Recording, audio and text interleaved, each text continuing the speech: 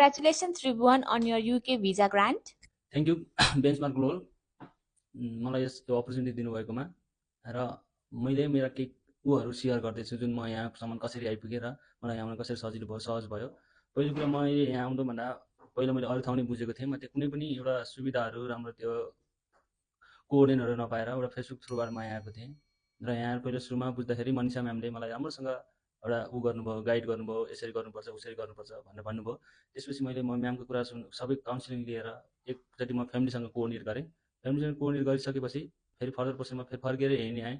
अनि मलाई त्यति आइएल्टिएस पिटी दिनु त्यति गाह्रो त थिएन, तर मलाई इन्टरभ्यू फेसमा अलिकति गाह्रो नै थियो। त्यो झन् म्यामले एकदम सहज तरिकाले भन्नुभयो, कुनै युनिभर्सिटीहरूले लिन्छ कुनै युनिभर्सिटीले लिँदैन भन्नुभयो। अनि मलाई एकदमै ढुक्क भएँ, म झन् सजिलो बाटो भयो।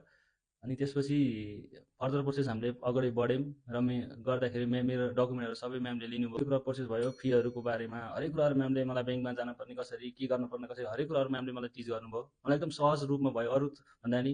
Thank you so much benchmark global consultancy family, मलाई जुन यो यतिसम्म प्रोसेस गर्नमा सहयोग गर्नुभयो। र यति कोही विद्यार्थीहरू, कोही साथीभाइहरू अथवा कोही स्टडी इन युके गर्न चाहन्छ भने बेन्चमार्क ग्लोबललाई सम्झिनु होला। हस् त, धन्यवाद।